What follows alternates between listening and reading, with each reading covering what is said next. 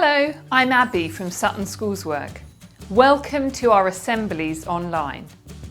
Each week we're going to be sharing a Bible story, a thought about what it means for Christians, a few questions for you to think about, and a challenge for the week ahead. So, are you sitting comfortably? Let's begin. Hi, my name is Sophie. Today we are thinking about doing the impossible. I wonder if there's anything that you think is impossible. We've got a quiz for you. I'm going to tell you some facts and you have to decide whether they are possible or impossible. Are you ready? Here we go. Humans can lick their elbows.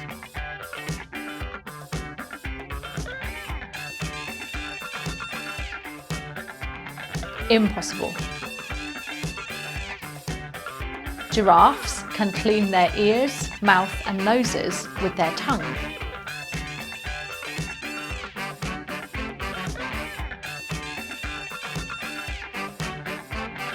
Possible. Penguins can fly.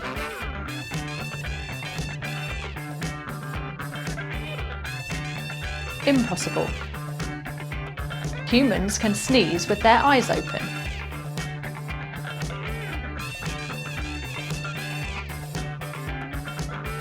Impossible.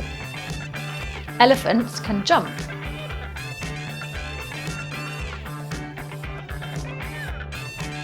Impossible. A starfish can turn its stomach inside out.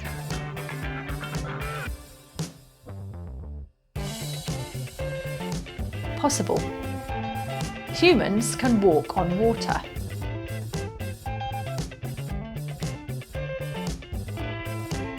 Impossible. Now we're going to tell you a story from the Bible where something impossible happens. See if you can spot what it is.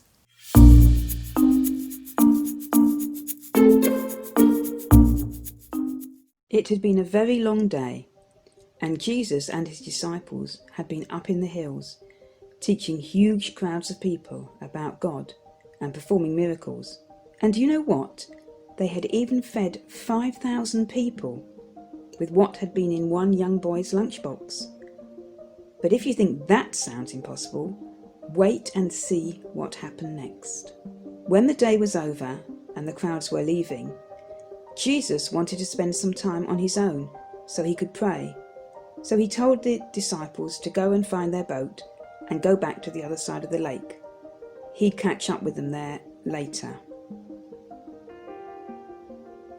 After watching the disciples leave, Jesus walked up the mountainside and found a place where he could do something that he simply loved to do, and that was to pray. Jesus had had a long and tiring day, and he wanted to talk to his Heavenly Father about it. And he also wanted God to tell him about the next day, and for God to give him all the strength he'd need for whatever he might face. Well, Jesus was so busy talking to God that he hadn't noticed that a storm had come up on the lake. The disciples were in their boat, rowing as hard as they could, but the wind was so strong that they were finding it very tough. When Jesus finished praying, he came down the mountain and looked across the lake. He could just about see the boat being tossed about among the rough waves.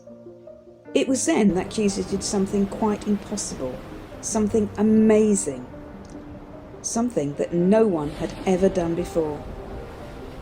He started to head out towards his friends in their boat. But he didn't swim to them. Instead, he walked on the water towards the boat, just as if he was walking on dry land. And Jesus kept on walking, just casually wandering across the top of the waves.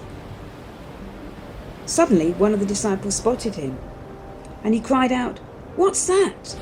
pointing out into the water. "It looks like a ghost." Jesus could see and hear the confusion and fear in his friend's voice. And so he called out, "It's all right, it's only me. Jesus, don't be afraid."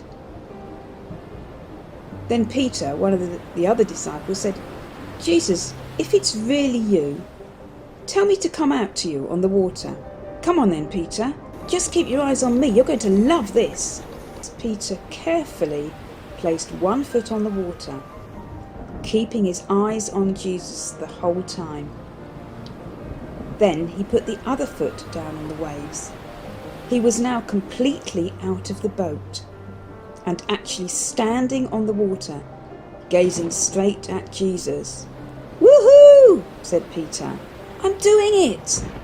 Then he carefully stepped forward with one foot, then the other, and again, keeping his eyes fixed on Jesus the whole time. "Woohoo!" said Peter again. "Look at me, I'm walking on the water! Woohoo!" It was all going so well, until something happened. A splash of water from one of the waves hit Peter's face, and Peter suddenly remembered what he was doing. And he took his eyes away from Jesus and began to notice the wind and the waves around him. And he started to panic. And he began to sink. He cried out, "Lord, save me, help me!" Immediately Jesus reached out his hand and caught him before he was totally covered with water. "You have such little trust for me, Peter," Jesus said. "Why did you doubt me?" Peter walked to the boat with Jesus by his side and wondered to himself why he had felt so afraid. After all, he knew that Jesus could do anything. As soon as Jesus got into the boat with the disciples, the wind stopped and the water was calm. And the disciples said to Jesus, "Truly, you are God's Son."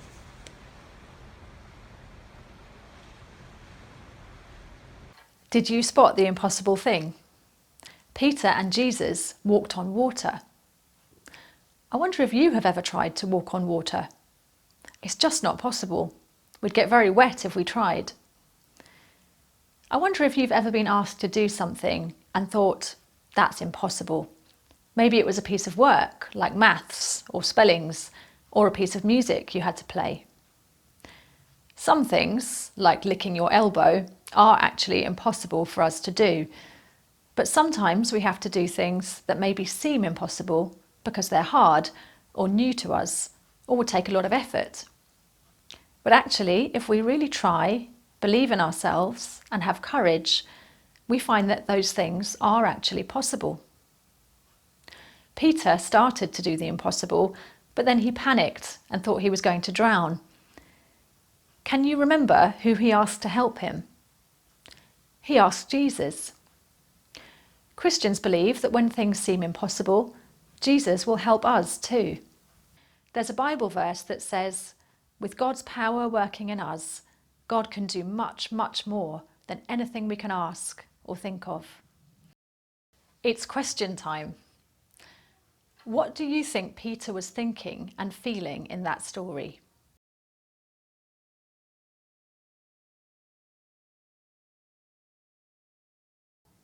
Have you ever had to do something that felt impossible? What happened?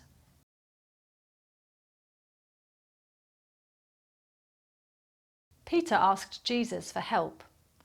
Who could you ask for help if you were finding something hard?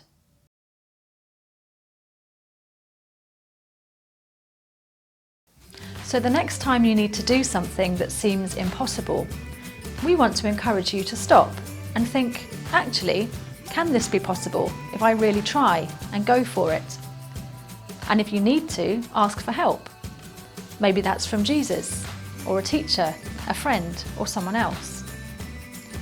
Your challenge this week is to have a go at something that has been a bit tricky or hard for you, and ask someone for help if you need to. See you next time. Bye.